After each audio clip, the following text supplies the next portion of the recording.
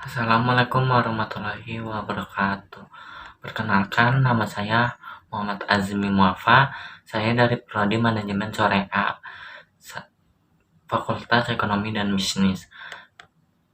Saya di sini ingin mempresentasikan tugas akhir semester mata kuliah pengantar ekonomi mikro yang diampu oleh Bapak Supardi MM.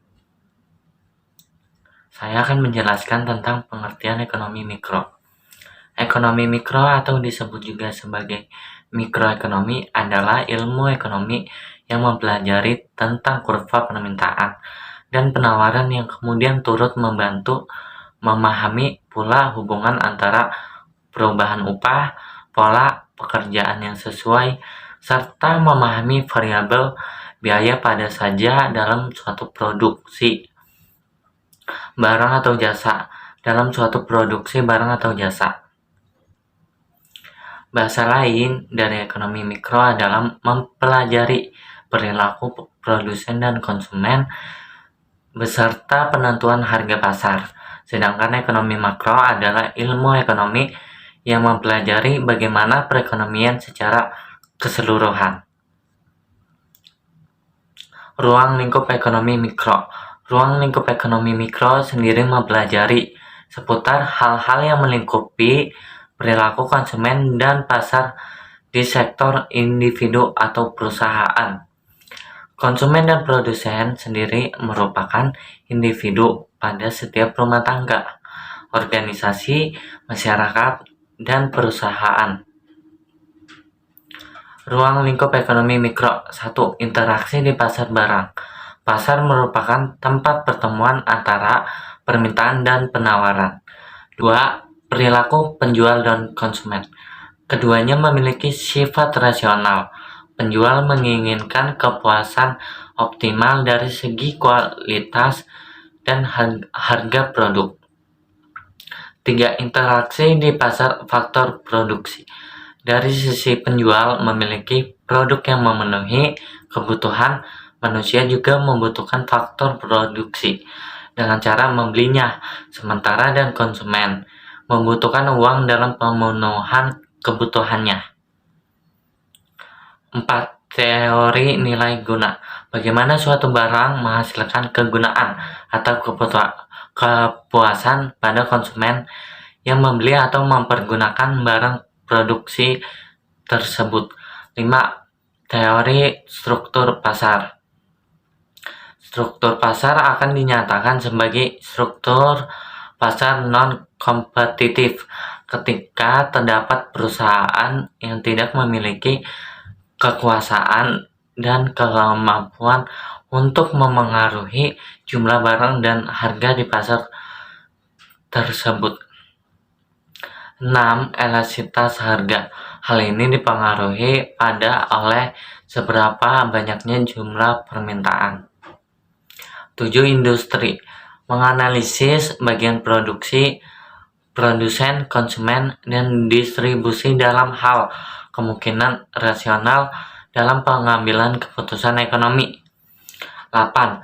Pasar input. Mempelajari bagaimana produsen dapat memperoleh bahan-bahan produksi dengan biaya semaksimal mungkin, namun menghasilkan barang atau jasa yang memiliki nilai jual yang tinggi. Tujuan ekonomi mikro. 1. Dapat melakukan analisis pada mekanisme yang menjadi pembentuk harga relatif pada produk. 2. Dapat melakukan analisis kegagalan pasar, yakni saat pasar gagal dalam memproduksi hasil yang efisien, dan menjelaskan berbagai situasi teoritis dan strategis yang dibutuhkan pasar dengan bentuk persaingan yang sempurna. Contoh ekonomi mikro. 1. Permintaan. 2. Penawaran. 3. Perilaku konsumen dan produsen. 4. Harga. 5. Biaya dalam. 6. Pasar. Ada 3 hal pokok yang terdapat dalam pengertian ilmu ekonomi, yaitu kelangkaan, scarcity, kemakmuran, prosperity, dan kepuasan satisfaction. Kebutuhan menurut intensitas. 1. Kebutuhan primer, kebutuhan pokok primer yang dibutuhkan oleh manusia. Kebutuhan manusia yang terus meningkat menyebabkan ilmu pengetahuan dan teknologi juga semakin meningkat. Kebutuhan pokok manusia adalah sandang, pangan, dan papan. 2. Kebutuhan sekunder. Kebutuhan yang berkaitan dengan usaha, menciptakan atau menambah kebahagiaan hidup. Kebutuhan sekunder berupa penunjang hidup. 3. Kebutuhan tersier. Orang-orang yang dapat memenuhi kebutuhan ini akan terangkat derajat atau martabatnya lebih terpandang. Masalah ekonomi. 1. Masalah kelangkaan. Masalah kelangkaan yang bisa terjadi pada ekonomi mikro atau ekonomi makro berlaku sebagai akibat antara ketidakseimbangan antara kebutuhan masyarakat dan faktor-faktor produksi yang tersedia dalam masyarakat. 2. Kebutuhan masyarakat. Kebutuhan masyarakat adalah keinginan masyarakat yang mengonsumsi barang atau jasa. Sistem ekonomi. 1. Sistem ekonomi tradisional merupakan sistem ekonomi yang mengutamakan sumber daya alam dan tenaga. 2. Sistem ekonomi komando merupakan sistem ekonomi di mana peran dan pengaruh pemerintah dominan. 3. Sistem ekonomi pasar. Sistem ekonomi ini di mana pihak swasta menguasai kegiatan ekonomi. 4. Sistem ekonomi campuran. Sistem campuran ini di mana pihak swasta dan pemerintah bersama-sama memecahkan dan mengatasi masalah ekonomi. Selanjutnya, peran ekonomi mikro dalam bisnis. 1. Menjerumuskan kebijakan.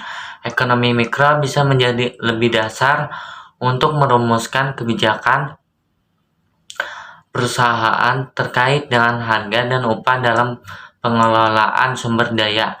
2. Menyusun prediksi.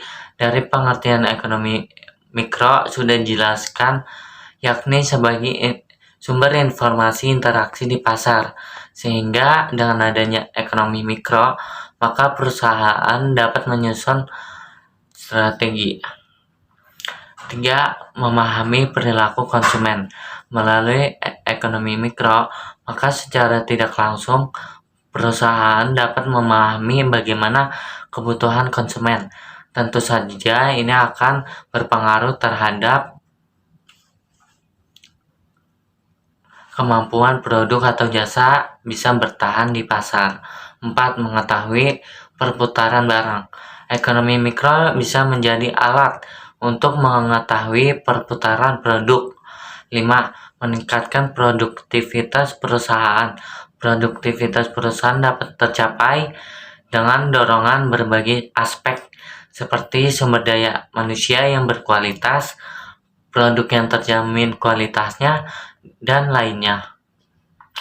Sekian dari saya. Mohon maaf apabila ada kesalahan dalam pengetikan, pengucapan, serta penulisan yang ada dalam PPT tersebut. Mohon maaf apabila ada kesalahan dalam penuturan kata. Dari saya, wassalamualaikum warahmatullahi wabarakatuh. Terima kasih.